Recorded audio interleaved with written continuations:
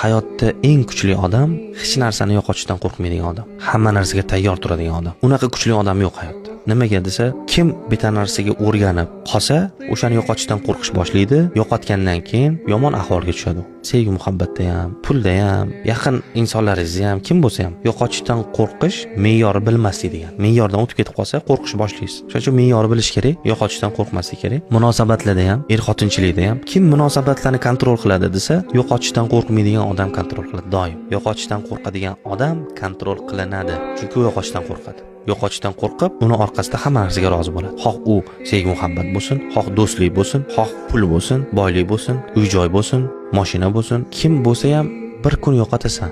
Bu yerda nima demoqchiman men? Yo'qotishga tayyor tur, baribir yo'qotasan. Bir kun ketadi, bir kun hammadan ajraydi. Ota bolasidan, ona bolasidan, bola ota-onasidan ajraydi. Bu aniq bu. O'shaning uchun hamma narsani yo'qotasan hayotda. Shunchaki aytmoqchi bo'lgan narsam, shunga tayyor tur. Oldindan yo'qotib qo'ysamchi degan narsa doim tursin. Shunda sen me'yor berilib ketmaysan o'sha narsa. Keyin yo'qotib qo'ysang, jazavaga tushib, yomon ahvolga tushib qolmaysan. Kontrol qilish kerak-da odam o'zini, kontrol. Chunki odam inson endi u.